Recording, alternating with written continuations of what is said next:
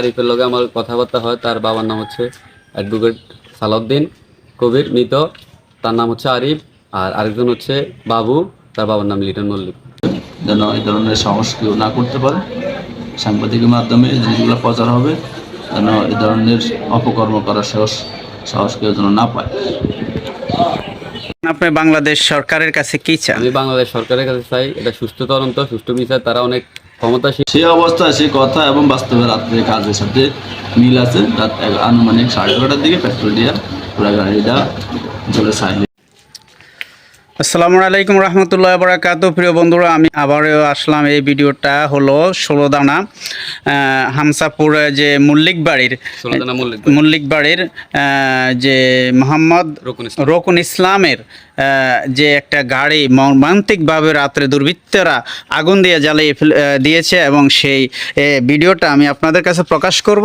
তার আগে আমি দেখাচ্ছি যে গাড়িটাকে কিভাবে তারা নৃশংসভাবে জ্বালিয়ে দিয়েছে। আমি তা আপনাদেরকে দেখাবার চেষ্টা করতেছি। ভিডিওটা না টেনে সমস্ত ভিডিওটা দেখবেন। এই দেখেন ভিতরের অংশগুলো সম্পূর্ণ জ্বালিয়ে দিয়েছে দুর্বৃত্তরা। মনে হয় যে একটা গাড়ি যখন আমরা দেখেছিলাম শহরে পেট্রোল ঢেলে যখন দুর্বৃত্তরা আগুন দেয়, তার চেয়ে ভয়ানক আগুন এখানে হয়েছে। আমরা আপনাদেরকে দেখাবার চেষ্টা করতেছি। প্রিয় বন্ধুরা, আপনারা বলুন এত নিকৃষ্ট কাজ কারা করতে পারে? একটা মানুষের সম্বলহীন করা, একটা মানুষের পরিবারের অন্ন কেড়ে নেওয়া এবং একটা মানুষের জীবনের আয় রুজির উৎসকে কেড়ে নেওয়া। এরা মানুষ নাকি জানোয়ার? তা আপনাদের কাছে বিচার এবং আপনাদের কাছে প্রশ্ন রইল। প্রিয় দর্শক, আপনারা কমেন্টে লিখবেন। আপনার যে গাড়িটা পোড়া দিল এবং গাড়িটা যে ক্ষতিগ্রস্ত হলো, এতে আশঙ্কা করা যায় যে কি আপনার প্রতিপক্ষ না কোনো রকম আপনার সাথে দুর্ঘটনাজনকভাবে কারো প্রতিহিংসার কারণ হতে পারে? আমরা আপনার মুখ থেকে জানতে চাচ্ছি। ঘটনাটা ঘটছে আমার ড্রাইভারের সাথে বাকবিতন্ড হয়েছে, কথা কাটাকাটি।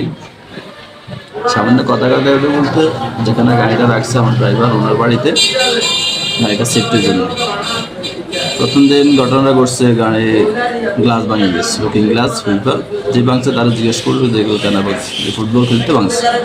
তারা আমার ড্রাইভার বললো যে ফুটবল খেলতে গেলে লুকিং গ্লাস ভাঙলো, সামনে হুইপার ভাঙলো কিলো। এই নিয়ে তাদের ভিতরে মত পার্থক্য ঝগড়াঝাটি হইলো, যাক চলে আসলো সবাই সবার নিয়ে। পরের দিন সকালে গাড়ি বের করতে যায়, দেখলো যে বাকি গ্লাসগুলোও ভাঙ্গা, গাড়ির চাকা পাঞ্চার। এগুলো দেখার পরে সে আমার জানাইলো। আমি বলছি বাড়ির লোকদের সাথে বলো। বাড়ির লোক কী বলো, যদি তুমি সেই বাড়ির অংশীদার আর তুমি তোমার বাড়ির অংশীদার, তোমার প্রয়োজনে একটা গাড়ি রাখতেই পারো। পরে বাড়ির সবাই জানাইলো এবং যারা এই কাজগুলো করছে তাদের সাথে কথা বলতে যায়, ঝগড়াঝাটি হইলো এবং বাবু নামে যে ছেলেটি ভাঙলো তাকেও জিজ্ঞেস করলো। যখন আপনার এই গাড়িটা এখানে রাখছেন, আগে কবে রাখছেন এবং আপনার সাথে কি হয়েছিল এই গাড়ি নিয়ে, বা যা ঝামেলা কি হয়েছিল যার প্রতি জের ধরে যে আপনার এই গাড়িটা পোড়া দিল? এটা আপনি কাকে সন্দেহ করেন এবং এর বৃত্তান্তটা আপনি একটু খুলে বলবেন? জি, আসলে হচ্ছে এই বাড়িটা আমাদের বাড়ি, আমার বসত বাড়ি এখন নাই, কিন্তু আমার পূর্বপুরুষের বাড়ি এটা। আমরা 7 বছর আগে ওই যে আমাদের পাশের বাড়িতে চলে গেছি, কিন্তু এখনও আমাদের এই বাড়িতে সম্পদ আছে। এটা আমাদের এজমালি জায়গা। আমি এখানে গাড়িটা রাখি আমার সুবিধার্থে, হয়তো আমি গাড়িটা চালাই, এটার উপরে আমি জীবিকা নির্ভর করি। তো আমার বাড়ির 2টা লোকের লগে আমার এই গাড়ি এখানে রাখা নিয়ে কথা কাটাকাটি হয় যে আমি এখানে গাড়ি রাখি কেন, তাদের সমস্যা হয়, তারা খেলতে পারে না, সেই এগুলো নিয়ে কথাবার্তা হওয়ার পরে আমি বলছি, দেখ আমার তো গাড়ি রাখার আর কোনো জায়গা নাই, আমি এখানে রাখতে হয়, আমি এটা দিয়েই জীবিকা নির্ভর করি। তো আমার লগে যা ঝামেলা করিস না, কারণ এখানে আমার সম্পদ আছে।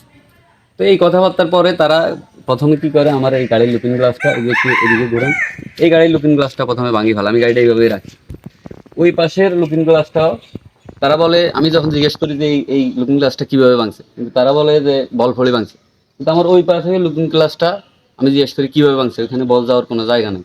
তারপর আমার এই হুইপারগুলো তারা হাত দিয়ে টাই না ভাঙিয়ে ফেলা, যে হুইপারগুলো লোহার। আমি প্রশ্ন করি তাদের যে এই হুইপারগুলো কীভাবে ভাঙছে।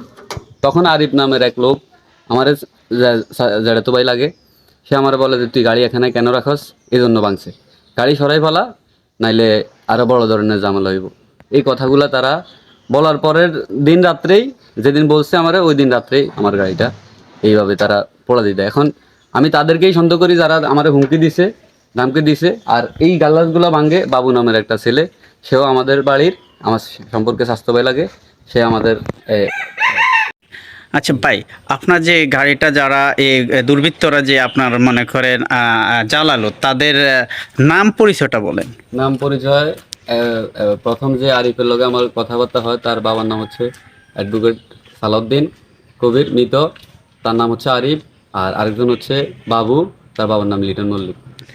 আমি তাদেরকেই সন্দেহ করি, তারাই আমার হুমকি দিছে যে গাড়ি না সরাইলে আরো বড় বড় ধরনের ক্ষতি করবো তারা আমার। আচ্ছা, এখন আপনি আইনের প্রতিক্রিয়া কি মনে করেন? যে আমি আইনে আমি সর্বোচ্চ সর্বোচ্চ তদন্ত, সর্বোচ্চ শাস্তি। যারা আমার হুমকি দামকি দিছে, আমি গরিব মানুষ ভাই, আমি এটার উপরে জীবিকা নির্ভর করি। তারা আমার সর্বোচ্চ আমার গাড়ি কিন্তু আমার নিজের না ভাই, আমার মালিকের গাড়ি। আমি মালিককেই কি বুঝ দিমু আর আমি কি করবো? আমার মালিকও নিশ্চয়ই গেছে, আমিও নিশ্চয়ই গেছি ভাই। এখন আপনি আপনি মনে করেন যারা আপনাকে হুমকি দিছিল যে গাড়ি না সরালে তারা কি করবে? তারা আরো বড় ধরনের ক্ষতি করবে। জি, তো রাত্রে আপনি দেখেন যে ওই রাত্রে এই ঘটনা, সময় দিন কি ছিল? মানে কোন দিন? যেদিন আপনার ঘটনা ঘটলো, ঘটনা মানে সময় দিন কি ছিল, কোন দিন ছিল সময়? গত পরশুদিন রাত্রে। বার কি ছিল? মঙ্গলবার। গত পরশুদিন রাত্রে, মঙ্গলবারই ছিল মনে হয়। পরশুদিন রাতে ছিল সোমবার। হ্যাঁ, সোমবার রাত্রে। সোমবার রাত্রে আপনাকে এই ঘটনা ঘটে। সোমবার দিনে আমার লগে মানে এইভাবে আমার হুমকি দামকি দিছে। সোমবার রাত্রেই আমার গাড়িটা এইভাবে পড়ে দিছে ভাই। যে আপনাকে হুমকি দিছিল ওই ছেলেটার বাবার নাম কি? বাবার নাম হলো মৃত হুমায়ুন অ্যাডভোকেট, আর আরেকজন বাবু, ওর বাবার নাম হলো লিটন মল্লিক। তো দুজনে আসলে আমার সাথে হয় নাই, আমার ওই যে গাড়ির ড্রাইভার আছে, ড্রাইভারে তো ওদের বাড়িতে গাড়িটা রাখছে, ওখানে ড্রাইভারের সাথে কথা কাটাকাটি হয়েছে। তো ড্রাইভারে দুজনে তো হুমকি ধুমকি দিল, এবং হুমকি ধুমকি অনুযায়ী যেভাবে হুমকি ধুমকি দিচ্ছে গাড়ি সরাব না হচ্ছে বড় ধরনের ক্ষতি হবে, সেই অবস্থায় সেই কথা এবং বাস্তবে রাত্রে কাজের সাথে মিল আছে। রাত আনুমানিক 11:30টার দিকে পেট্রোল দিয়ে পুরো গাড়িটা জলে ছাই হয়ে গেছে। আপনি বাংলাদেশ সরকারের কাছে কি চান? আমি বাংলাদেশ সরকারের কাছে চাই এটা সুষ্ঠু তদন্ত, সুষ্ঠু বিচার। তারা অনেক ক্ষমতাশীল, অনেক পয়সাওয়ালা, হুমকি দামকি আমরা এখনো দিতেছে যে আমি যেন মামলা না করি, আমি যেন কোনো এটা নিয়ে বাড়াবাড়ি না করি, তাইলে আমারে তারা দেখি ছাড়বো, তারা এই করবো, এই বিভিন্ন ধরনের হুমকি তারা আমারে দিতেছে। প্রশাসনিকের কাছে আপনাদের এটা নিয়ে কোনো আইনের প্রতিক্রিয়া হয়েছে? আমি প্রশাসনের কাছে গেছি, তখনই আমি আমার এলাকার মেম্বার আসে, চেয়ারম্যান আসে, তারা পুলিশের কল দেয়, পুলিশ আসে এখানে। আসার পরে তারা যখন আমার কথা শুনে তাদেরকে খোঁজ করে, যারা অভিযুক্ত, আমি যাদের বিরুদ্ধে অভিযোগ করছি, তারা তখনই রাত্রে পলাইয়া যায় ঘর থেকে, চলে গেছে। পুলিশ যায়, তাদেরকে কারোর পাই নাই। আমি থানায় অভিযোগ করে আসছি, অভিযোগের ভিত্তিতে প্রশাসন বলছে, আমার আশ্বস্ত করছে আইসা সহযোগিতা করব। আমি সর্বোচ্চ সহযোগিতা চাই প্রশাসনে। প্রিয় দর্শক, এই সেই গাড়ি, রাতের আধারে দুর্বৃত্তরা আগুন ধরিয়ে দেয়। দিনে তাকে হুমকি দেয়, গাড়ি না সরাইলে তোমার এই গাড়িতে আগুন ধরিয়ে দেওয়া হবে, এবং যদি কোনো রকম কথা বলো তাহলে এই গাড়িকে ভেঙে ছুঁড়ে ফেলে দেওয়া হবে বলে হুমকি দেওয়া হয়। এবং সেই গাড়ির পরিচিতি যেমন কথা প্রিয় দর্শক তেমন কাজ করে ছাড়ে, এবং রাতের আধারেই আগুন ধরিয়ে দেয় এই গাড়িটিতে। এবং সর্বশেষ গাড়ি ছিলেন যেই মালিকের, এই মালিকের সর্বশেষ এই সম্বলটুকুকেও হারাতে হয়েছে। প্রিয় দর্শক, এই যে আমাদের সমাজের এই নিকৃষ্ট কাজগুলো আর কতদিন চলবে আপনাদের কাছে তা প্রশ্ন রইল। আমাদের এই প্রতিবেদনটি বেশি বেশি শেয়ার করবেন, ছড়িয়ে দিবেন, সবাই যেন জানতে পারে।